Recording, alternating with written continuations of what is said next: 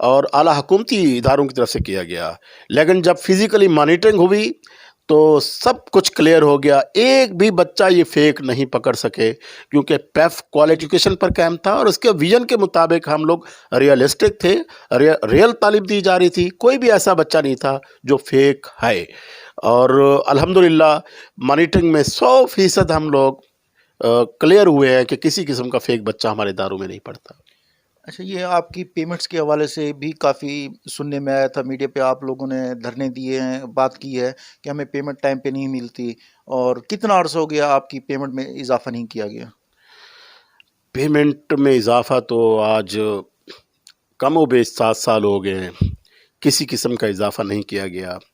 تو پیمنٹ ہماری 8 مہینے بھی اسٹاپ ہوئے ہیں کل صاحب. کبھی بجٹ کا بہانہ بنایا جاتا، کبھی ہمیں جو ہے نا کہا جاتا کہ آپ لوگوں کی ہم نے مانیٹرنگ کرنی ہے، کبھی ہمیں کسی اور چیز میں الجھا دیا جاتا ہے. اب جس ادارے میں 8 مہینے پیمنٹ نہیں ملے گی، اس ادارے کا تو اللہ ہی حافظ ہے نا، اس کی بقا تو ممکن نہیں ہے. لیکن پھر بھی پیف کے ادارے الحمدللہ قائم و دائم ہیں، اپنے تھوڑے سرمایہ کے ساتھ ڈٹے ہوئے ہیں. اچھا، آپ کی کیا کرائٹیریا ہوتا ہے؟ کیا ایک کلاس میں کتنے بچے بیٹھ سکتے ہیں، اور ان کے لیے کیا کچھ آپ اویل کر کے دیتے ہیں سہولیات؟ قاضی صاحب الحمدللہ ہم جنریٹر، اگر بجلی نہیں ہے تو جنریٹر سے بجلی کی سپلائی، صاف پانی کی سپلائی، اور اس کے بعد ہمارے اسکول میں ہر کمرے میں ہر بچے کے لیے ایک سیٹ ہوتی ہے، وہ ڈیسکوں کی صورت میں وہ چیئرز کی صورت میں ہوتی ہے. اور اس کے علاوہ ان کو ٹیچر بھی مہیا کیا جاتا ہے. یہ تمام سہولیات ہم دیتے ہیں. اتنی سہولیات گورنمنٹ کے سارے ادارے نہیں دے سکتے. ہائی اسکولز اور مڈل اسکول دے رہے ہیں، لیکن ہم لوگ ہمارے پرائمری ادارے بھی یہ تمام سہولیات دے رہے ہیں، اور اس کے بدلے میں 550 روپیہ ملتا ہے فی اسٹوڈنٹ. اور آپ نے بتایا کہ 7 سال ہو گئے آپ کو کوئی 1 روپیہ نہیں بڑھایا گیا، جبکہ مہنگائی تو ہر سال دن بدن بڑھ رہی ہے، تو کس طرح سے آپ سروائیو کر رہے ہیں پھر؟ قاضی صاحب بس یوں سمجھ لیں کہ ہم ایک فرض ہے جو قوم کے بچوں کو ہم سینچنے میں لگے ہوئے ہیں. تو حکومت نے جتنی ہماری کاوشیں ہیں اور جتنا ہمارا سفر ہے، اس سفر کے لحاظ سے بالکل فیسیں نہیں بڑھانی چاہیے تھی.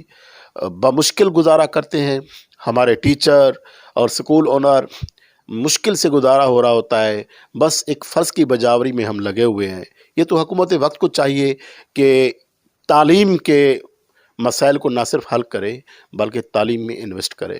بھٹی صاحب، جس طرح ماشاءاللہ ادارہ رن کر رہے ہیں، دوسرے دوست بھی رن کر رہے ہیں، تو جو رجسٹریشن ہوتی ہے گورنمنٹ کی طرف سے، اس میں آپ لوگوں کو کیا مسائل درپیش ہوتے ہیں، اور یا پراپر انداز سے فوری کام ہو جاتا ہے؟ قاضی صاحب پہلے شروع میں بہت مسائل تھے رجسٹریشن کے. اب الحمدللہ حکومت وقت نے ایک آن لائن سافٹ ویئر دیا ہے پیپرس، تو اس میں بہت آسانی ہے. آسانی اس لیے ہے کہ فوری رجسٹریشن اب مل جایا کرے گی. تو وزیر تعلیم کا یہ ایک بہت بڑا قدم ہے، اور ہمارے جو مقامی ای ڈی اوز ہیں، ان کو سی اوز آج کل اس کا ٹائٹل ہوتا ہے، بہت سپورٹ کر رہے ہیں اس معاملے کو. لیکن کچھ قباحتیں بھی ہیں جس میں ہمیں بہت مشکل پیش آ رہی ہے، خصوصاً نقشے کے حوالے سے.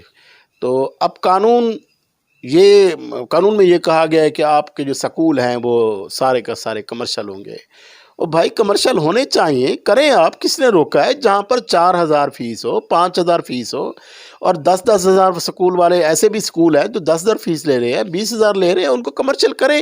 ہم نے کب کہا ہے کہ ہم حکومت کے لیے ریونیو اکٹھا نہ کریں؟ جو ادارہ لے ہی 550 روپیہ فیس لے رہا ہے، ایک فلاحی ادارہ ہے، ایک تعلیمی ادارہ ہے. ہم لوگ تعلیم کو عام کر رہے ہیں انتہائی لو انکم میں.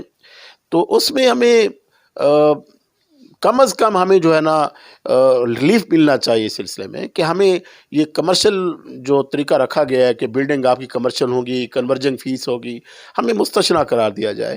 دیکھیں پورے پنجاب کا ریونیو کیا ایک ڈسٹرکٹ مظفر گڑھ نے اکٹھا کرنا ہے؟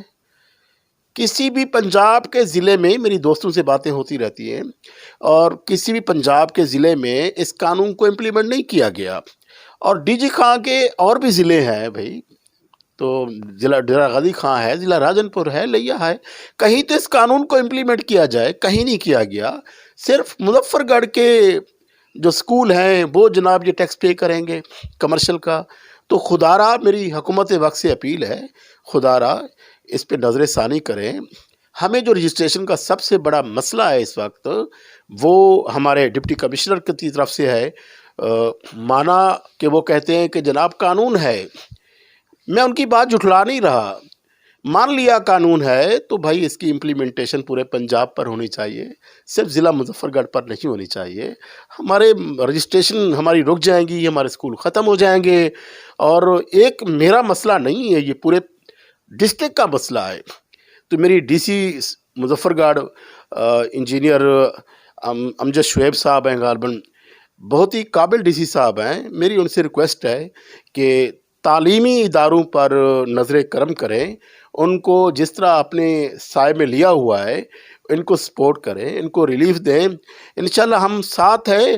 اس ڈسٹرکٹ کے بچوں کو سینچنے میں، ان کو تعلیم دینے میں ہم کسی سے پیچھے نہیں رہیں گے. بٹی صاحب یہ بتائیں، ماشاءاللہ اس ٹائم پیف میں جو بچے پڑھ رہے ہیں انہوں نے کافی پوزیشنیں بھی لی ہیں، بورڈ میں ٹاپ بھی کیا ہے. تو جس طرح آپ کے یہ مسائل چل رہے ہیں تو یہ پیف کا فیوچر کیا ہے؟ کسب مسائل ایک طرف، لیکن پیف کا جو فیوچر ہے وہ انتہائی برائٹ ہے، انتہائی روشن ہے. پیف کے ادارے میں انتہائی لو فیس پر غریب لوگوں کے بچے تعلیم حاصل کر رہے ہیں، بورڈ میں پوزیشنز لے رہے ہیں الحمدللہ. اور یہاں سے پوزیشن لینے کے بعد پروفیشنل اداروں میں اعلیٰ ترین عہدوں پر پہنچے ہیں. وہاں پر بڑی بڑی اداروں میں ماشاءاللہ اس وقت لیڈنگ پرسنالٹیز بنی ہوئی ہیں. ہمارے اپنے ادارے کے الحمدللہ کافی درجنوں بچے ہیں جو اس وقت میڈیکل کی تعلیم حاصل کر رہے ہیں، انجینئرنگ میں ہیں. تو یہ پیف کی برہون منت ہے. کہاں پرائیویٹ تعلیمی ادارے میں غریب لوگوں کے لیے بغیر فیس کے تعلیم جاری رکھنا ناممکن ہوتا ہے. تو ایسے میں ایسے ادارے جہاں پر فیس ہی نہیں ہے، والدین کو پے نہیں کرنی پڑتی، مفت تعلیم ہے. تو میں یہ سمجھتا ہوں پیف کا ایک بہت بڑا یہ پیف عطیہ ہے ہمارے پنجاب کے لوگوں کے لیے. پنجاب کے جتنے بھی غریب والدین ہیں ان کے لیے یہ بہت بڑا عطیہ ہے کہ جہاں سے تعلیم حاصل کرنے کے بعد ہم لوگ عملی زندگی میں اس مملکت کے بہت سارے ایسے کام ہیں جو ہمارے پیف پارٹنر سے فارغ التحصیل بچے کر رہے ہیں. تو میں پیف کا مشکور ہوں کہ پیف نے اس ملک میں ہریالی لانے میں کوئی کمی نہیں چھوڑی ہے. بٹی صاحب آپ نے ٹائم دیا اور بہت نالجیبل باتیں بتائیں. آخر میں ہمارے ناظرین کو کوئی میسیج دینا چاہیں؟ میں وائس آف کوٹدو کا شکریہ ادا کرتا ہوں اور قاضی رشید صاحب کا بھی، جنہوں نے اپنے اسٹوڈیو میں بلایا اور بڑی سیر اصل گفتگو کرنے کا موقع ملا.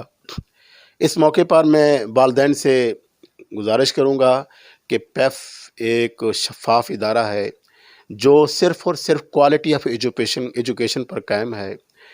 آپ لوگ اپنے بچوں کو پیف کے اداروں میں بھیجیں. ہم لوگ زیور تعلیم سے آراستہ کر رہے ہیں. پیف کے اداروں میں کوئی ٹیوشن فیس نہیں ہے، کوئی پیپر فنڈ نہیں ہے، کوئی کتابوں اور کاپیوں کے پیسے نہیں ہیں، کوئی فنکشن کے پیسے بھی نہیں ہیں، نہ ہی ٹرپ کے پیسے لیے جاتے ہیں. تو ہمارے یہاں اداروں کے بعد باقاعدہ سائن بورڈ ہوتے ہیں کہ اگر کسی کو کمپلینٹ ہے تو آپ فون کریں، فون نمبر لکھے ہوئے ہوتے ہیں.